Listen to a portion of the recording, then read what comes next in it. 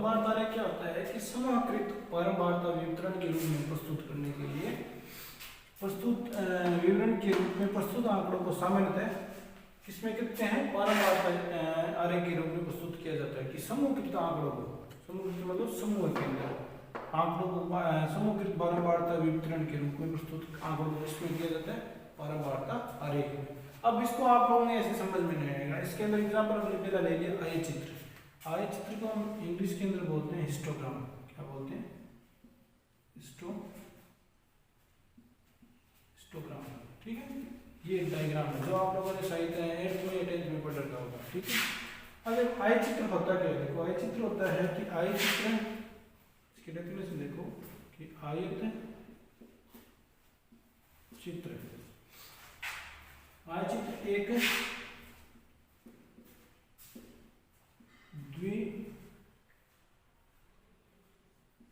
द्विविम आरेख है।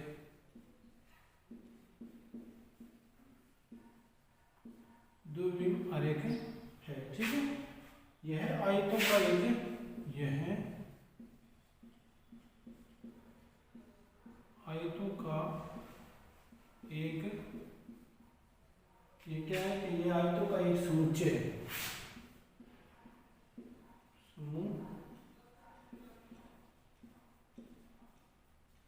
समुच्चय है जिससे वर्ग अंतराल,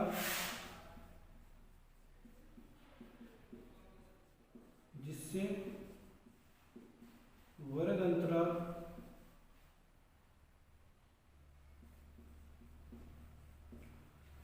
वर्ग अंतराल तथा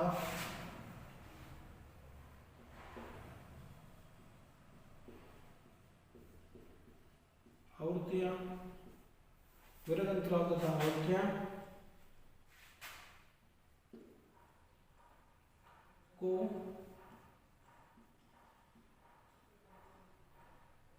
आयत के रूप में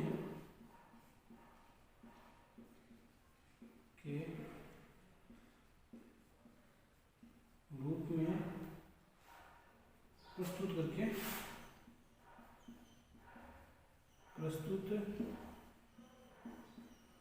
करके बनाया जाता है, प्रस्तुत करके बनाया जाता है। ठीक है, देखो इसके अंदर क्या कह रहे हैं कि आयत चित्र एक द्विविम आरेख है। ठीक है, यह आयतों का एक समुच्चय है। ठीक है, जिससे वर्ग अंतराल तथा आवृत्तियों को आयत के रूप में क्या किया जाता है, प्रस्तुत किया जाता है। वर्ग अंतराल का मतलब होगा डिस्टेंस, और जो आवृत्तियां होती है उसको किस में शो किया जाता है, आयत के रूप में। आयत का आप लोगों ने पढ़ रखा होगा कि ये जो होता है वो क्या होता है, आयत होता है। ठीक है, तो आयत के रूप में क्या किया जाता है, प्रस्तुत किया जाता है कि ये एक द्विविम आरेख है जो एक समुच्चय है। ये क्या है, समुच्चय है जिससे वर्ग अंतराल तथा आवृत्तियों को किसमें प्रस्तुत किया जाता है, आयत के रूप में प्रस्तुत किया जाता है। देखो इसके अंदर प्रस्तुत करने के लिए हमारे पास इसके अंदर हमारे दे रखे हैं, जैसे हमने फर्स्ट नंबर दे रखा है, इसके अंदर फर्स्ट नंबर इसमें क्या दे रखा है कि आंकड़ों को आय चित्र में प्रस्तुत करने के लिए ऊंचाई और आधार होता है। ठीक है, आयत को प्रस्तुत करने के लिए क्या आते हैं, पहले चीज ऊंचाई होनी चाहिए तथा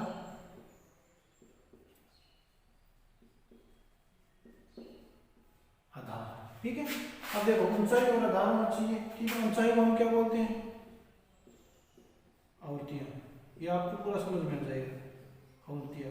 और आधार को बोलते हैं हम वर्ग अंतराल। क्या होता है, वर्ग अंतराल।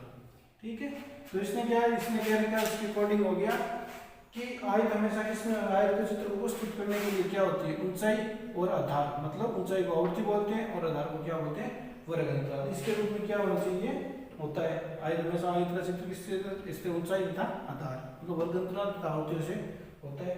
सेकंड इसने दे दिया खंडित चर का आयत चित्र संभव नहीं है। जो खंडित चर होते हैं, चर जैसे मैंने एक्स वाई जो भी मैंने बताए थे, वो खंडित चर का कभी भी खंडित चर का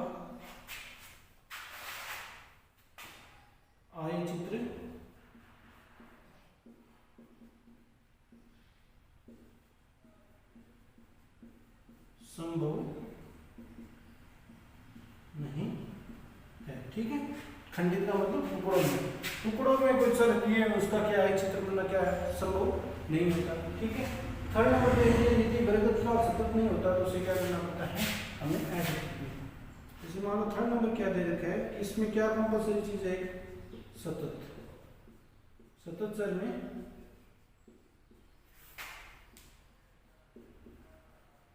होना चाहिए। ठीक है, सतत चर का मतलब हो गया कि आय चित्र किसमें होता है, सतत मतलब क्या होता है, समान की समान होगी। हमने जैसे मान लो कि पिछले लास्ट क्लास में हमने किया था, लास्ट जो चैप्टर किया था उसमें क्या था ना, जैसे मान लो कि ये 49 से जैसे मान लो 50 है, और ये कौन से मान लो ये 52 है, ये हो गया हमारे पास 53 से 54। ठीक है, तो ये चीज हमने दे दिया। तो इसके अंदर हमें सतत चर के अंदर ये क्या अलग अलग है, जैसे यहाँ पे 50 पे खत्म हो रहा है, स्टार्ट कहाँ पे हो रहा है, 51 से। सतत के अंदर सारी चीजें क्या होनी चाहिए, समान, मतलब खत्म जहाँ पे हो रहा है वहां से क्या होना चाहिए, स्टार्ट होना चाहिए। ठीक है, तो सतत का हो गया कि इससे क्या होता है, 50 इसके अंदर शामिल नहीं हो सकता, अब इसके अंदर हमें शामिल नहीं करना पड़ेगा। तो सतत के अंदर क्या होता है कि जैसे मान लो कि हमें क्या सबको इक्विजेशन में हमें क्या करना, कन्वर्ट करना। सतत का क्या रूल होता है कि पहले हमने क्या ले लिया कि जो फर्स्ट है उसका उच्चतम क्या है 50, और दूसरे का हमें क्या लेना है, निम्नतम। फर्स्ट नंबर कैटेगरी का क्या लेना है, उच्चतम, और सेकंड कैटेगरी का क्या लेना है, हमें निम्नतम। तो हमारे पास आंसर कितना आ गया इसके अंदर 1। तो 1 डिवाइडेड बाई 2 इक्वल टू कितने आ गए हमारे पास 0.5, क्या आ गया हमारे पास 0.5। अब जो 0.5 आए हैं वो क्या करना है, हमें फर्स्ट नंबर में क्या करना है, सब्ट्रैक्शन करना है, सेकंड नंबर में क्या करना है, हमें ऐड करना है। ठीक है, तो फर्स्ट नंबर में हम सब्ट्रैक्शन करेंगे, यहाँ पे 48.5 और यहाँ पे आ जाएगा हमारे 50.5, यहाँ पे आ जाएगा 50.5 और यहाँ पे आ जाएगा हमारे पास 52.5, यहाँ पे आ जाएगा 52.5 और 54.5। कहने का मतलब ये क्या हो गया, सतत में हो गया, मतलब समान रूप से हो गया। देख लो खत्म हो रहा है वहां पे क्या हो रहा है, शुरुआत हो रही है, तो ये हो गया सतत। तो कहने का मतलब हो गया जो आय चित्र बनाएंगे उससे हम किसमें कन्वर्ट करना पड़ेगा, हमें सतत चर में। अगर वो सतत चर में नहीं है तो उसे सतत में करना पड़ेगा। ठीक है, फोर्थ नंबर इसकी क्या चीज दे रखी है इसने, फोर्थ नंबर इसने क्या बोल रखा है हमें कि आय चित्र दो आयतों के मध्य में कोई रिक्तता नहीं रहती जबकि खंडित आरेखों में होता है। कहने का मतलब क्या हो गया कि हमने जो लास्ट टाइम किए थे खंडित आरेख 3 टाइप के किए थे। ठीक है, तो जैसे मान लो एक एग्जांपल के रूप में इसे ले रहा हूं मैं,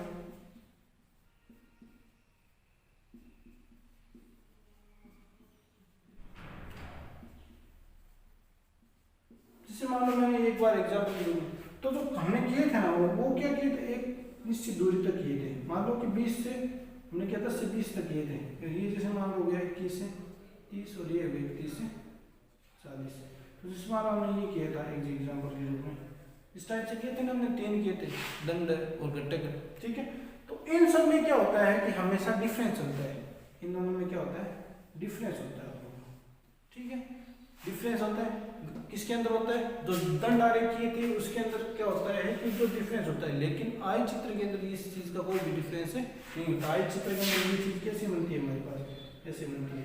अगर हम इसी चीज को आय चित्र के अंदर बनाए, वाई चित्र के अंदर ये चीज ऐसे बनती है, क्योंकि इसके अंदर क्या होता है, वर्ग अंतराल नहीं होता। देखो वर्ग अंतराल नहीं है, लेकिन इसके अंदर क्या है, वर्ग अंतराल। दंड के जो आपने किए थे एग्जाम्पल वो चेक लेना, आपको पता चल जाएगा उनके अंदर क्या होता है, वर्ग अंतराल दिया, वर्ग अंतराल होता है, लेकिन आयत के अंदर कभी भी क्या होता है, वर्ग अंतराल नहीं होता है। ठीक है, तो क्या होगा फोर्थ नंबर, वर्ग अंतराल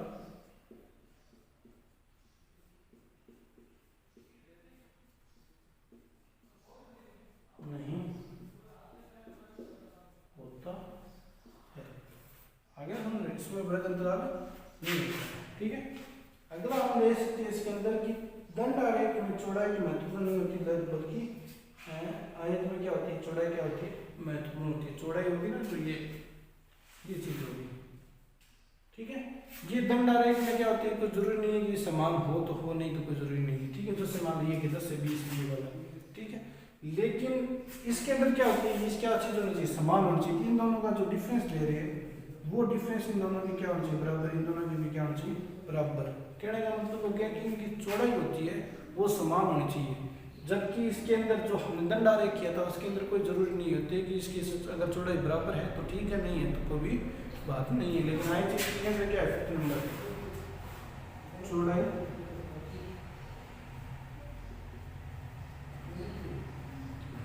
समान होनी चाहिए। ठीक है, इसके अंदर बता दिया कि चौड़ाई क्या होनी चाहिए, इसकी समान होनी चाहिए। अगला इसके अंदर पॉइंट यह दे रखा है कि दंड आरेख में आयत की चौड़ाई महत्वपूर्ण है, जबकि आयत चित्र में ऊंचाई के साथ साथ चौड़ाई दोनों। मैंने ये चीज दोनों बताई कि दंड आरेख में क्या होता है, चौड़ाई बराबर होना कोई जरूरी नहीं, लेकिन इसके अंदर क्या होता है, आयत के अंदर लंबाई और चौड़ाई दोनों क्या होनी चाहिए, समान रूप से होनी चाहिए। इस चीज का आप लोग हमेशा ध्यान रखना कि दंड आरेख में लंबाई और चौड़ाई क्या होनी चाहिए, इसके अंदर चौड़ाई के साथ साथ क्या होनी चाहिए, लंबाई भी क्या होनी चाहिए, आप लोगों की समान रूप से होनी चाहिए। ठीक है, अब हम इस क्वेश्चन को क्या करते हैं, एग्जाम्पल के रूप में क्या करते हैं, सोल्व करते हैं। जैसे मान लो इसका हम एक एग्जाम्पल लेते हैं आयत चित्र का। ठीक है, एग्जाम्पल के अंदर जैसे मान लो हमने ले ली दैनिक मजदूरी। ठीक है, दैनिक मजदूरी जैसे हमने ले ली 45 से 49 और मान लो 50 से 54। ठीक है, और 55 से 59 और 60 से 64 और 65 से 70 65 से 79 और 70 से सॉरी यहाँ तक है। ठीक है, अब ये दैनिक मजदूरी ले ली। अब यहाँ पे ले लेंगे मजदूरों की हमने संख्या, मजदूरों की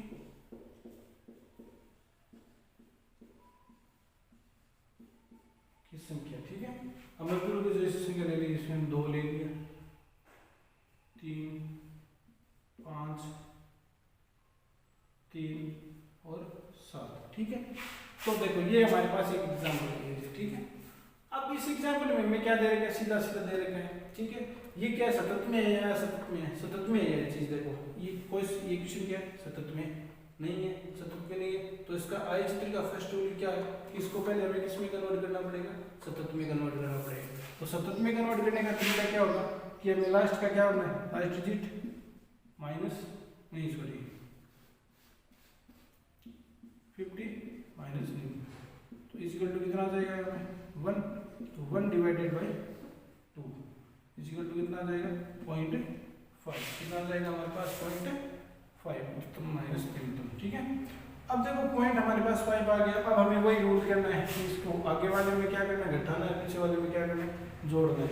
तो अब इसकी हम जैसे मान लो बनाते हैं समीकरण, तो इसकी समीकरण बन जाएगी हमारे पास 44.5 इक्वल टू 49.5, पीछे में जोड़ दिया, और यहाँ पे आ जाएगी हमारे पास 49.5 इक्वल टू 54.5, और यहाँ पे आ जाएगी 54.5 इक्वल टू 59.5, मतलब में आ जाएगी हमारे पास 59.5 इक्वल टू आ जाएगी हमारे पास 64.5, और 64.5 इक्वल टू में आ जाएगी हमारे पास 69.5। और ये हमारी जो मजदूरी की संख्या है वो 2 3 5 3 और 7। हमें क्या करना है, ये हमने क्या कर लिया, सतत के रूप में क्या कर लिया, इसको परिवर्तन कर लिया ना सतत के रूप में, पहले असतत थे, अब इनको क्या कर लिया हमने सतत के रूप में परिवर्तन कर लिए। अब हम इसका हिस्टोग्राम बनाते हैं आय चित्र। ठीक है, तो आय चित्र में क्या कर लेंगे, पहले इधर वाले नंबर ले लेंगे। तो इसके अंदर जैसे मान लो आप लोग समांतर ले लो 1 2 3 4 5 6 7 एक एक्स्ट्रा ले लो 8। नीचे हमें लेना ये वाला नंबर, ये वाले यहाँ पे 44.5, अगला जाएगा 49.5, उससे अगला जाएगा हमारे पास 54.5, उसके बाद 59.5, उसके बाद में आ जाएगा हमारे पास 64.5, उससे अगला जाएगा हमारे पास 69.5। ये सारे हमारे पास नंबर आ गए। अब जैसे मान लो फर्स्ट के अंदर हमें क्या देंगे, 44 से 45 कितने 2, ये हमारे पास 2 हो जाएंगे। ठीक है। अब अगला मैं दे रखा है 49 से 44 49.5 से 54.3, तो ये आ जाएगा हमारे पास। इसी लाइन को क्या कर लो, ये ऊपर वो चीज़ मैंने बता रखा है, इसके अंदर डिफरेंस नहीं रहता, ठीक है, क्योंकि इसके अंदर सारा इक्वल में रूप में क्या करते हैं, चलते रहते हैं। अब जैसे मान लो अगर मैं क्या दे रखा है 5, तो इसी से हम उठा लेंगे, इसी लाइन से क्या कर लेंगे 5 को उठा लिया, ये हो गया 5। अब जैसे मान लो अगला ले लिया, जैसे मान लो हमारे पास 3 है, तो 3 है तो नीचे से ले लो, ये रहा नीचे 3, ठीक है, और इससे अगले में ले लिया जैसे 7, तो इसी लाइन को उठा लो आप।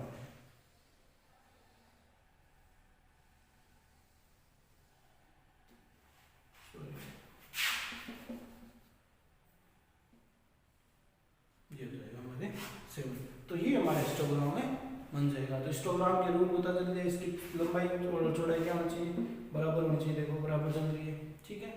अब देखो और क्या चीज़ बताई थी कि इसके अंदर क्या होना चाहिए, अंतर में कोई चीज़ अंदर भी क्या डिफरेंस नहीं आना चाहिए, ठीक है। और सारी के सारे किस में होना चाहिए, जो हमें आंकड़े दे रखे हैं वो अगर ऐसे तत्व में है तो हमें किस में कन्वर्ट करना पड़ेगा, सब आंकड़ों को किस में कन्वर्ट करना पड़ेगा, सतत में कन्वर्ट करना पड़ेगा। सतत में कन्वर्ट करने के बाद में हम क्या कर सकते हैं, हिस्टोग्राम को शो कर सकते हैं, ठीक है। ये हो गया हमारे पास हिस्टोग्राम का टॉपिक, ठीक है। अब हम नेक्स्ट टॉपिक की बात करते हैं। अगला हमारे पास टॉपिक है बारंबारता बहुभुज। क्या टॉपिक है, बारंबारता बहुभुज, ठीक है। बारंबारता बहुभुज क्या होता है कि बारंबारता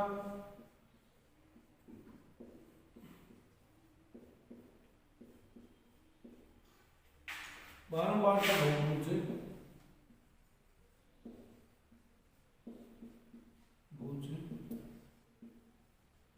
सीधी रेखाओं से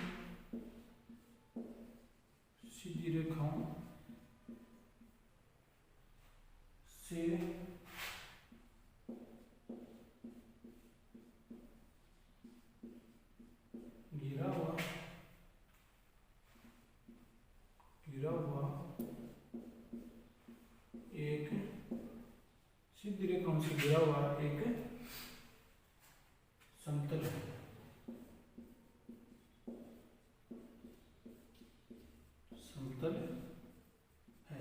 ठीक है। ये क्या बता रहे, बहुभुज सीधी रेखाओं से घिरा हुआ एक समतल है, ठीक है। अगले में दे रखा है कि जिसमें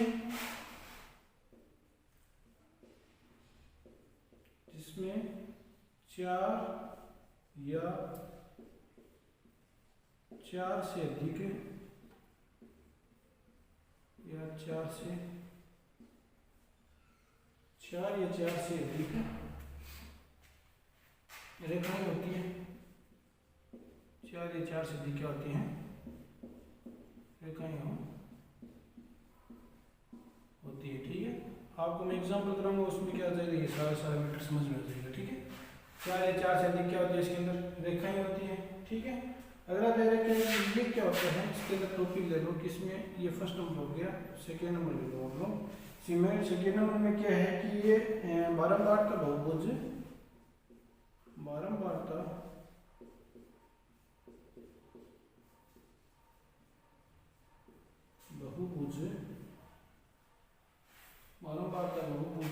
आयत चित्र का विकल्प है, आयत चित्र का विकल्प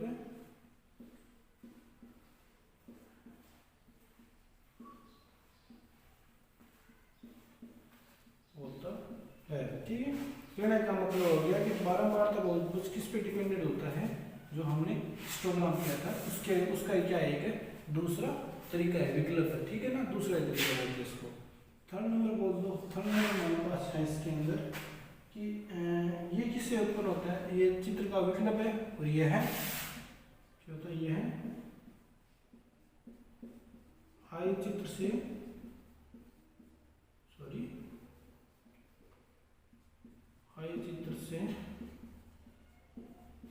उत्पन्न होता है,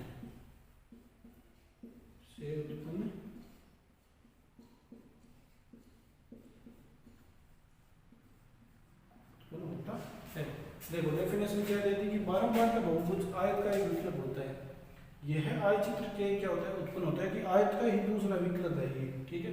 या तो हम आय चित्र बनाते हैं या हम बारंबारता बहुभुज बना सकते हैं। और ये उत्पन्न कहाँ से होता है, आय चित्र से ही क्या होता है, उत्पन्न होता है। दोनों में क्या सिमिलरिटी है, ये कहने का मतलब समानता है, ठीक है। अगला है कि इसे बनाने की सामान्य विधि क्या है कि आय चित्र, इसका थर्ड नंबर क्या है कि आयत चित्र के शीर्ष बिंदुओं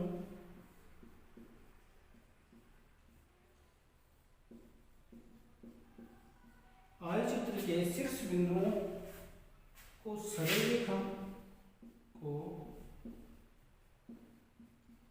सरल रेखा द्वारा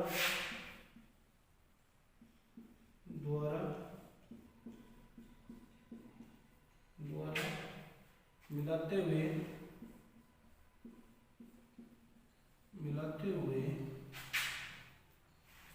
दोनों सिरों को बढ़ाकर दोनों सिरों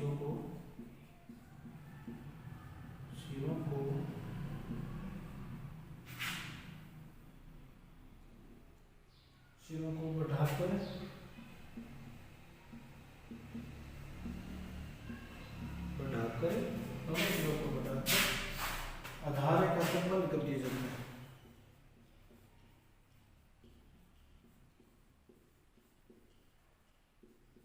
रेखा तक बंद कर दिया जाता है। देखो अब हम समझते हैं कि बारंबारता बहुभुज एक सीधी रेखा से घिरा हुआ एक समतल है, ठीक है। ये चीज है वो आपको क्या होगी, मैं एग्जाम्पल दूंगा उसमें समझ आएंगे सीधी रेखा से घिरा हुआ समतल क्या होता है, ठीक है। सेकेंड नंबर हमारे पास क्या है कि इसके अंदर क्या होना चाहिए, इसके क्या है कि 4 या 4 से अधिक क्या होना चाहिए, इसके अंदर हमेशा रेखा ही होनी चाहिए। ये किसका विकल्प होता है, ये दूसरा रूप किसका है, आयत का दूसरा रूप है। ये किससे उत्पन्न होता है, ये आय चित्र से क्या होता है, उत्पन्न होता है, बनता है, ठीक है। आय चित्र के शीर्ष बिंदुओं को सरल रेखा द्वारा, ठीक है, द्वारा मिलाते हुए दोनों सिरों को बढ़ाकर क्या करते हैं, बंद कर दिया जाता है। अब ये और ये पॉइंट ऐसे हैं जो आपके क्या होंगे, एग्जाम्पल के रूप में मैं करवाऊंगा, उससे मैं क्या आएंगे समझ में आएंगे। जैसे मान लो एग्जाम्पल ले लिया मैंने, जैसे पिछले वाला एग्जाम्पल ले लिया हमने दैनिक मजदूरी वाला ले लिया, दैनिक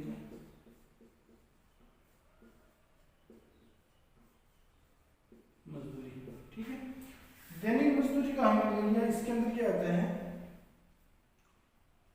जैसे हमने स्टार्ट किया 44.5 से 49.5 और 49.5 से हमने कर लिया 54.5 और 54.5 से हमने कर लिया इसके अंदर 59.5 और 59.5 से हमने कर लिया 64,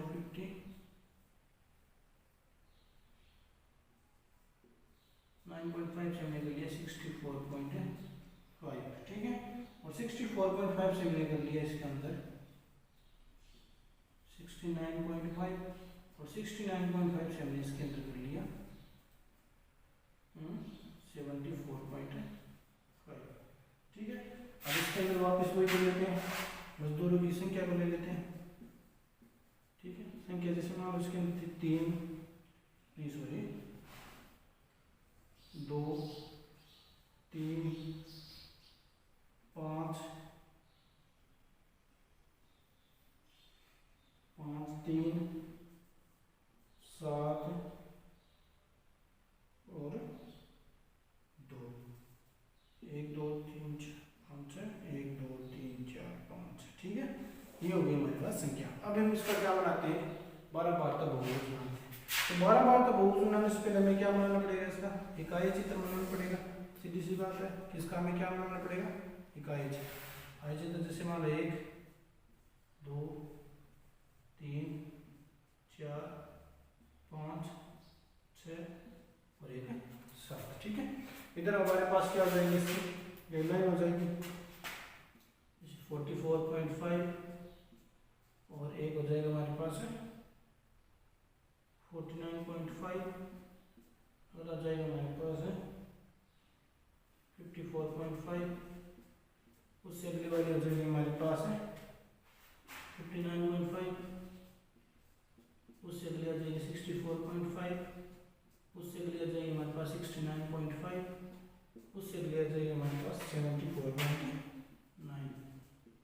ठीक है, अब जैसे मान लो हम पता बना के 2, तो यहाँ पे हमने ले ली 2,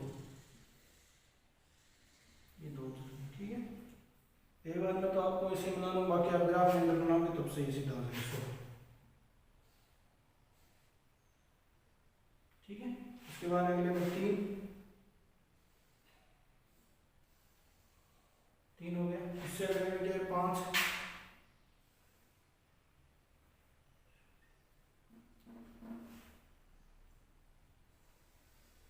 ये हो गया 5, उससे अगले में कितने 3, तो ये रहा हमारे पास 3। ठीक है, उसके बाद में है हमारे पास 7, इसको हमने थोड़ा लंबा ले लिया 7, और उससे अगले में है हमारे पास 2 हमारे पास ये रहा 2। ठीक है, ये तो हमारे पास क्या हो गया चित्र जो हमने लास्ट में पढ़ा था, लास्ट टॉपिक में। अब हम इसी का क्या बनाते हैं कि स्टोव बनाते हैं। क्या बनाते हैं इसका, एक स्टोव। तो देखो ये स्टार्ट होता है ऐसे, यहाँ से स्टार्ट होता है। ठीक है, यहाँ से होते कोई प्रत्येक मध्य बिंदु में चलता है ऐसे, यहाँ पे चला गया, उसके बाद में यहाँ से यहाँ तक चला गया, उसके बाद में इसको यहाँ पे जाना है तो यहाँ पे आ गया, और फिर यहाँ पे ये पहुँच गया, और फिर यहाँ से ये पहुँच गया, और यहाँ से ये क्या होता है बंद हो जाता है। तो ये क्या है कि सीधी रेखाओं से घिरा हुआ एक समतल। ये चीज आगे ना आप लोगों के सीधी रेखाओं से घिरा हुआ क्या है कि समतल है।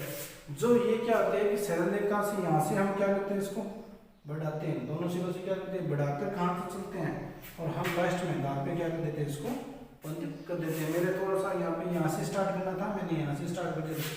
ठीक है, तो ये यहाँ से क्या होता है स्टार्ट होकर खत्म वहाँ पे हो जाता है, लास्ट में दांत चिन्ह पे क्या हो जाता है खत्म हो जाता है। तो ये हमारे पास क्या है बारंबारता बहुभुज है। ठीक है, इस चीज आप लोग ध्यान से ना, ये यहाँ से स्टार्ट होता है, फिर यहाँ पे पॉइंट आ गया, फिर अगले पॉइंट में यहाँ पे हो गया, अगले पॉइंट ये पॉइंट है सारे के सारे, जो मिड पॉइंट नहीं है मैंने मिड में ले लेना आपको, ये पॉइंट हो गया, और यहाँ पे क्या हो गया इसका खत्म हो गया।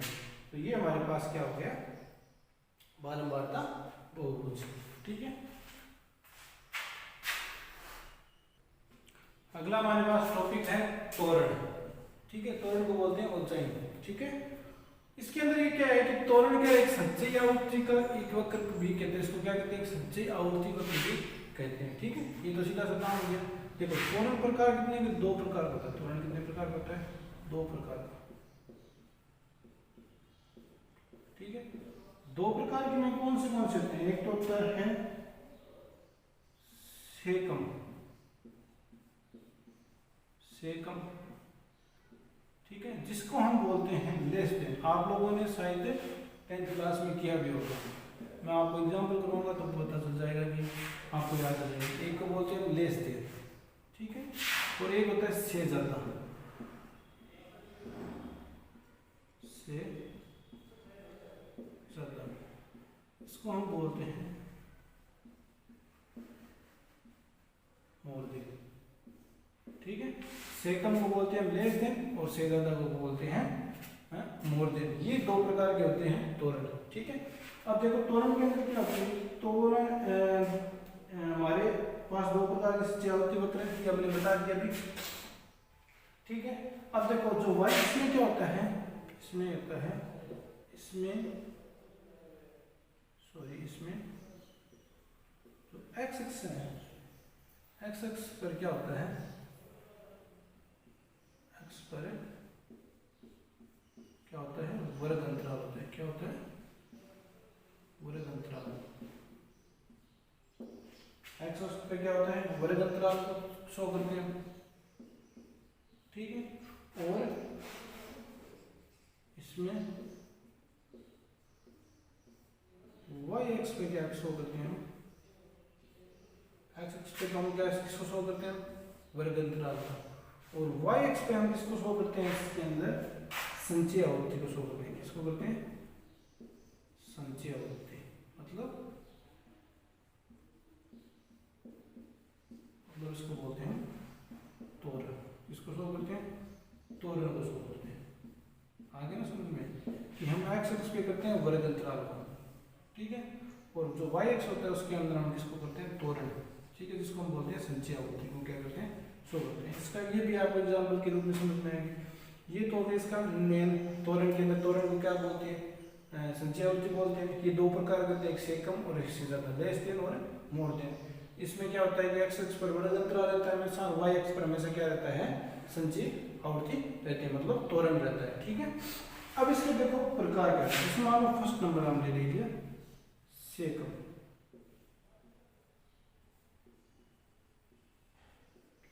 इसे हमने फर्स्ट नंबर ले लिया सेकम। देखो सेकम में क्या होता है, सेकम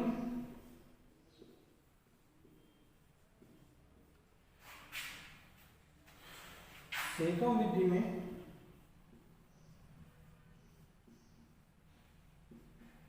वर्ग, सेकम विधि में क्या होती है, वर्ग आवृत्ति क्या होती है, वर्ग आवृत्ति में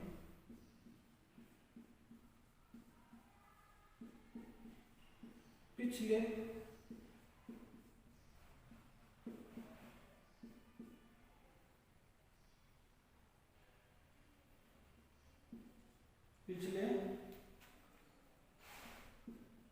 अंतराल की आवृत्ति को जोड़ा जाता है, ठीक है, सेकम में। तो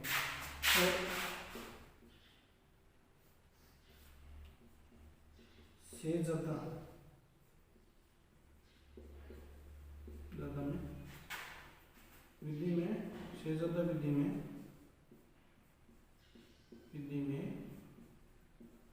वर्ग आवृत्ति के आवृत्ति में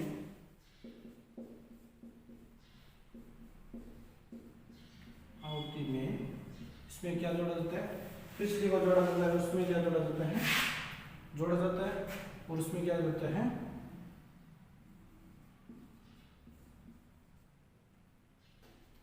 इसमें जोड़ा जाता है, अच्छी तरह से हो गया, और उसमें में पिछले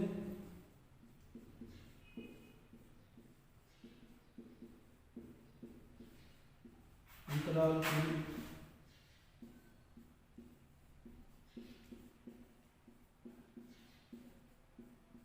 आवृत्ति को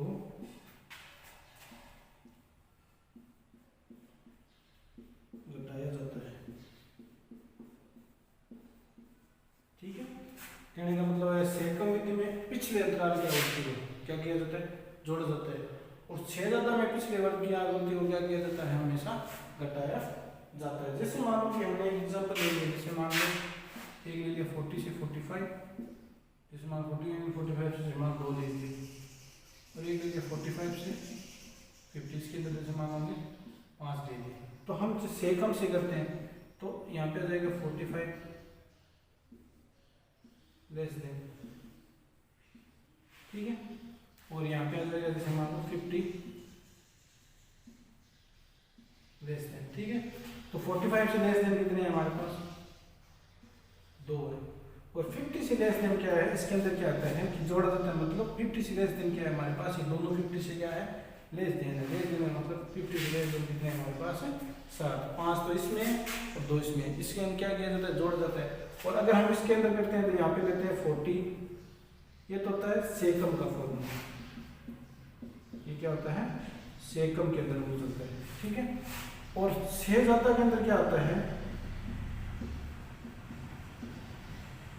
से ज्यादा के अंदर क्या होता है कि जैसे मान लो कि यहाँ पे ऐसे लिखा जाता है कि 40 मोर दे से ज्यादा, ये और 45 से ज्यादा मतलब मोर दे।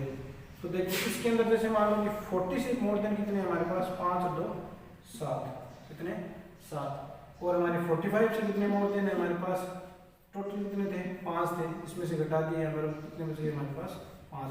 कहने का मतलब है इसको हम जैसे एग्जांपल करेंगे ना उसमें समझ में आएगा, जैसे 40 से मोर देन कितने हमारे पास 7 है, और 45 से मोर देन कितने हमारे पास सिर्फ 5 है, तो इसके अंदर तो जोड़ा जाता है, इसके अंदर हम क्या कर रहे हैं, घटा रहे हैं आवृत्ति को क्या में क्या किया जाता है, घटाया जाता है। इसका पूरा एग्जाम्पल करेंगे तब हमारे पास इसी तरीके से क्या आ जाएगा, समझ में आएगा। इसको मैंने थोड़ा एग्जाम्पल करके बताया। सेकेंड नंबर क्या दे रखा है कि सेकम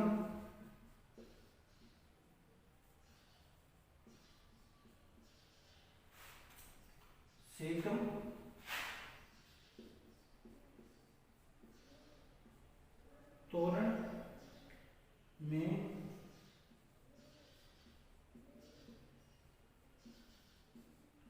संचयी आवृत्तियां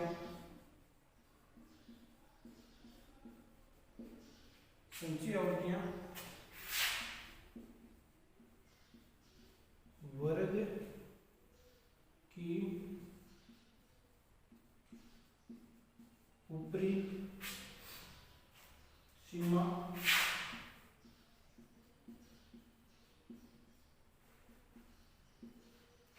के आधार पर प्रदर्शित की जाती है। आधार पर प्रदर्शित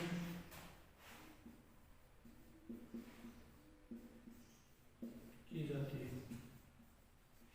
ठीक है, ऊपरी सीमा के आधार पर क्या की जाती है, प्रदर्शित की जाती है।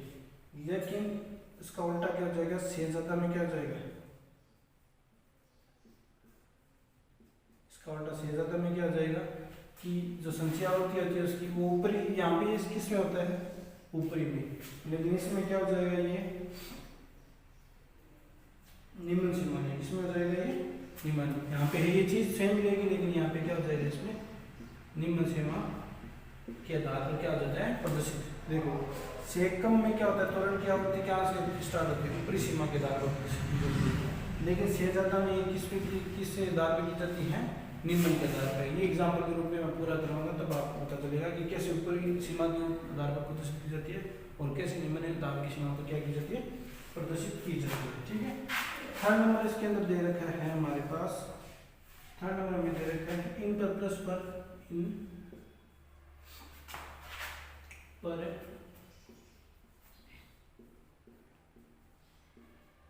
परस्पर प्रतिच्छेद बिंदु होता है। क्या होता है, प्रतिच्छेद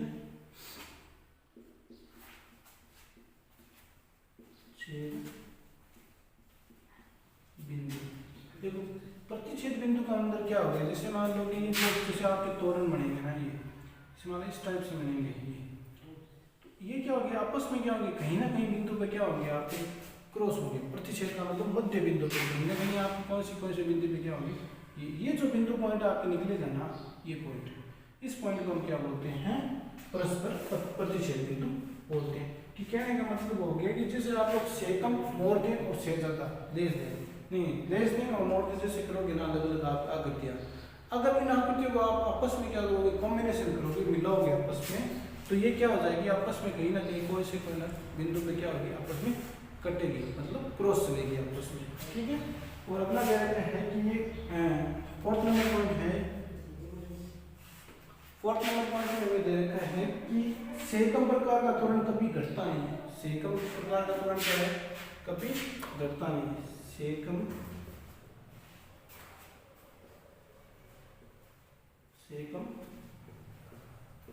घटता नहीं है।